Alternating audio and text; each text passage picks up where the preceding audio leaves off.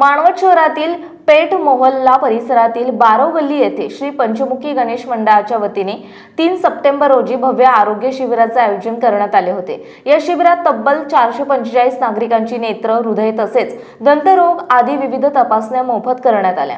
या शिबिराचे उद्घाटन युवा नेते डॉक्टर अंकुश लाड यांच्या हस्ते करण्यात आले। यावेळी माजी नगरसेवक विष्णुपंत आळसपुरे, कमलाकर भायेकर, शंकर तरटे यांच्यासह मान्यवरांची उपस्थिती होती। आरोग्य सेवा देणाऱ्या तज्ञांमध्ये छत्रपती संभाजीनगर येथील हृदयरोग तज्ञ डॉक्टर गणेश कुमावत, डॉक्टर पल्लवी बागुल, नेत्ररोग तज्ञ डॉक्टर श्रद्धा तांबोळे, दंतरोग तज्ञ डॉक्टर महिमा भाकरे, ग्रामीण रुग्णालयातील डॉक्टर सुषमा भदरगे, डॉक्टर ललित कोक्करे, डॉक्टर प्रीती दीक्षित, डॉक्टर शकील खान तसेच औषध निर्माण अधिकारी सुनील खरात यांचा समावेश होता।